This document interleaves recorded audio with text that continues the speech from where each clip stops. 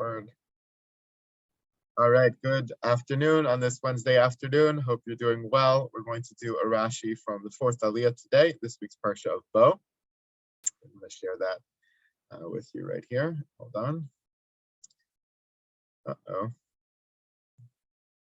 I have too many windows open on my computer, but here we go. It's coming.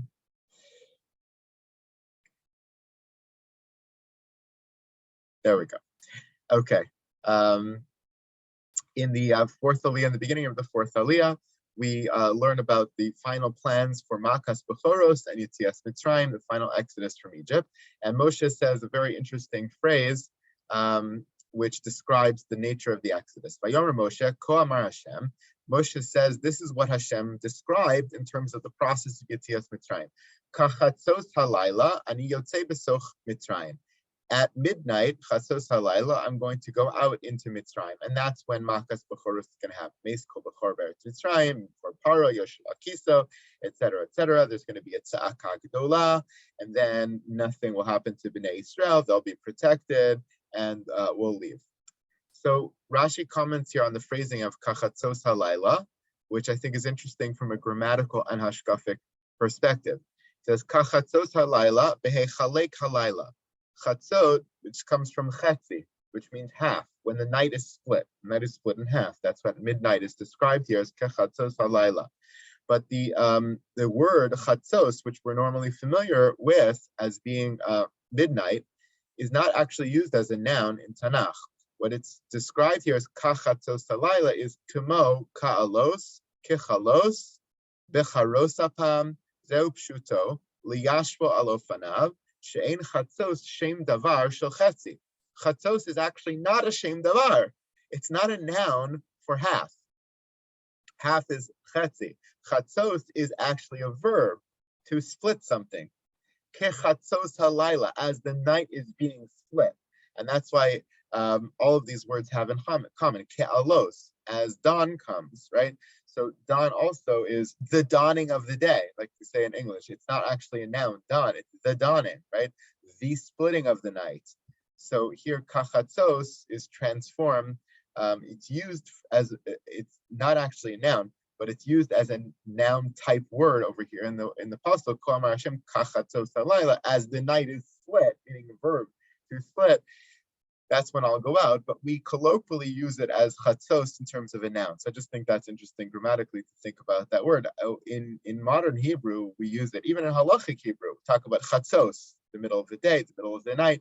We use it as a noun. In Hebrew, modern Hebrew, we use it as a noun, but it's not actually a noun at all. But there's also a drasha, kachatzos halay, which is important on a hashkafic level. Rabbeinu darshuhu.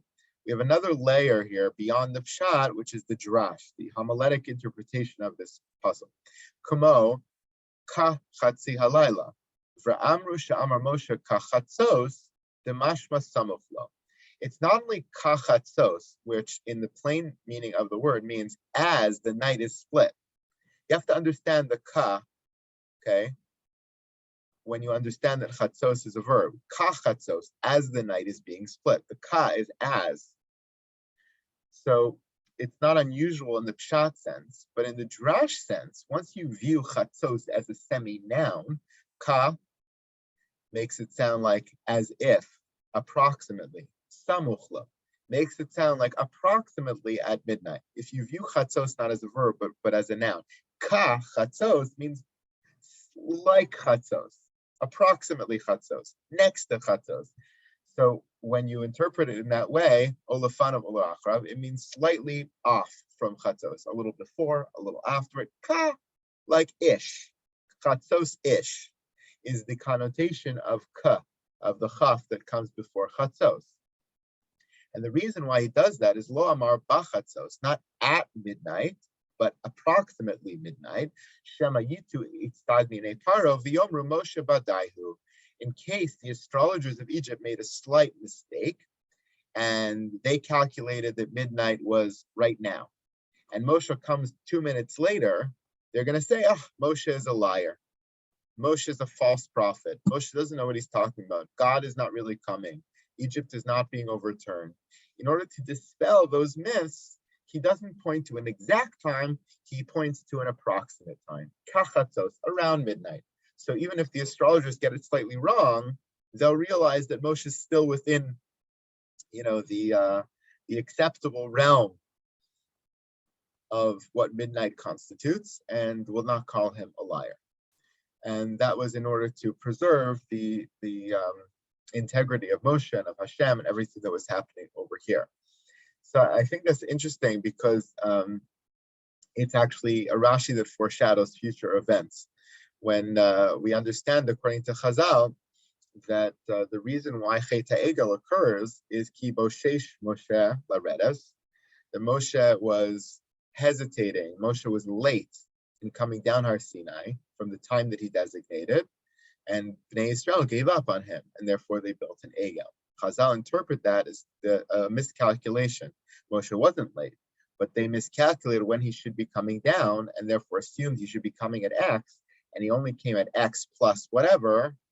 Therefore, they thought that he had lied. They thought he wasn't coming, and the whole Chet HaEgel occurs.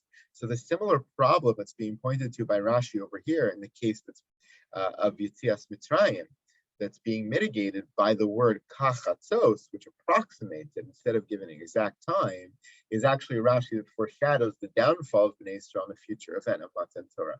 So it's not just a random phenomenon. It's something that continues in various Mamarei Chazal to permeate different stories in the Torah. It's not surprising that it's brought in here as an explanation of kachatzos. Thanks, everybody. Have a great day. I'll see you. Thank you, Rabbi. You too. Approximately kachatzos tomorrow. Thank you very much, Rabbi. Thank you. Thank you, Rabbi. Very good. Then why Thank you.